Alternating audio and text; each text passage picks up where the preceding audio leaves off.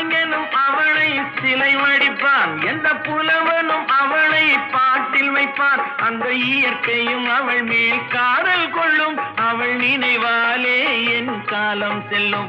நான் பார்த்ததிலே அவள் ஒருத்தியை தான் நல்ல அழகி என்பேன், நல்ல அழகி என்பேன்.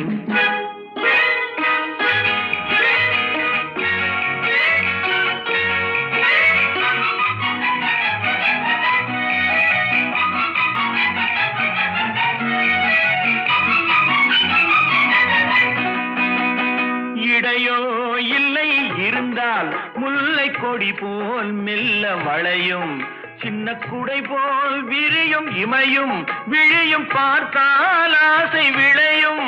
அந்த பூமகள் திருமுகம் மேலே குளிர் புன்னகை வருவதனாலே நிலவோ மலரோ